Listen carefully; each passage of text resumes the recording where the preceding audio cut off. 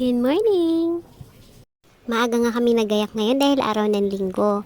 Magsisimba kasi kami. Ganito din ba kayo mga ma? Kapag may lakad, laging sila ang inuuna. Tapos tayong mga ina, tayo mahuling maggagayak. So pagkatapos ko nga magayak ay umalis na kaagad kami. At sakto lang ang dating namin sa simbahan. Pagkatapos nga pala namin nagsimba ay pumunta lang kami sandali ng mall para kumain. Tapos umuwi na rin kaagad kami dahil sabi ko medyo puyat pa ako. Gusto ko pang matulog. Ay, naghilik na kaagad, Chas. Pagbigyan nyo na, ngayon lang ako babawi ng tulog. 4 AM ang gising ko araw-araw. Pagdating ng hapon, 4 PM, nag-aya si Papa B na maglalaro daw siya ng basketball at panuurin ko daw. Pero inaantok pa rin ako. Pero bumangon talaga ako, baka magtampo. Pero sabi naman niya, pwede akong humabol kahit 4:30. Kaya magluluto na muna ako ng aming ulam pang hapunan bago ako pumunta ng court.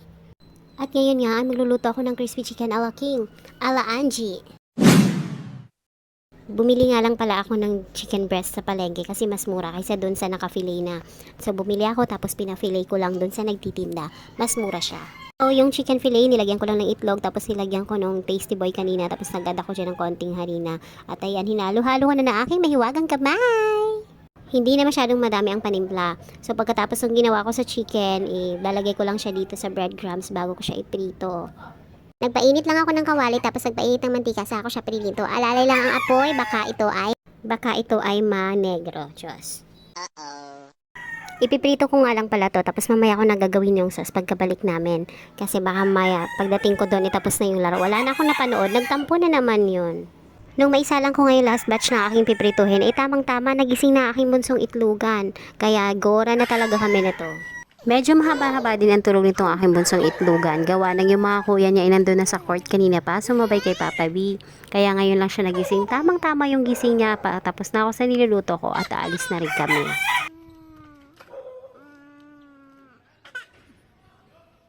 Pagdating nga namin sa court, ay kalahatian na nga yung laro nila Papa B. At itong aking bunsong itlugan na kaninang tumatawa. Ngayon ay umiiyak na. Ano ba naman kasi gusto niyang kunin yung bolang nilalaro nila ni Papa niya. Sige, takbo papa. Yan kasi, nakipaglaro ka sa mga mas bata sa'yo, ayan ka tuloy.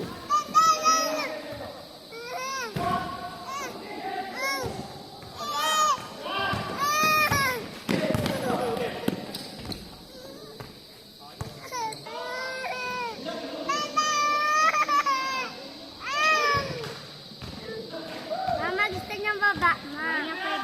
At taba, nakadalawang laro ka na dyan, wala ka nang panglaban sa akin mamaya, Chas. At natapos na nga ang laro, mukhang pagod na siya. At hindi ko naintindihan kung nanalo na talo ba siya, sa ingay ba naman ito aking bunsong itlugan. Pero di bali na, nakapag-exercise ka naman kaya tara na, uwi na tayo at magluluto pa ako. At ngayon naman ay milulutuin ko na yung sauce ng aking chicken ala King.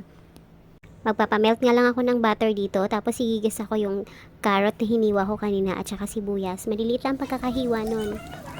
Una ko palang kinisa yung bawang, saka ko sinunod yung sibuyas at carrot na nahiwa ng maliliit. Habang hinihintay ko lumambot yung carrot, magde-dissolve naman ako dito ng cream of mushroom powder. Ang ginamit ko pala dito ay yung pang soup. Wala kasi ako ng ibang powder na mushroom na plain lang. So ito pang soup to. Lagi ako meron ito dahil paborito din ng aking maliliit na itlugan. Pagkalambot nga ng carrot ay lalagay ko naman yung evap milk. Yung mixture nga pala kanya ng cream of mushroom ay nilagyan ko siya ng konting mayonnaise. Yung plain lang, yung medyo maalat. At nailagay ko na rin yung cream of mushroom. Naglagay din ako ng ground pepper dyan. Tapos ito na yung mga prinito kong chicken fillet kanina. Wala pang nagpapak at kompleto pa, Chas. At inayos ko na nga dito sa aking magandang plato. Tapos ibubuhos ko na yung ginawa kong sauce. Napakasarap niyan at napakabango talaga. Kaya yung aking mga maliliit na itlugan nasa lamesa na, sabi nila ang sarap daw ng ulam.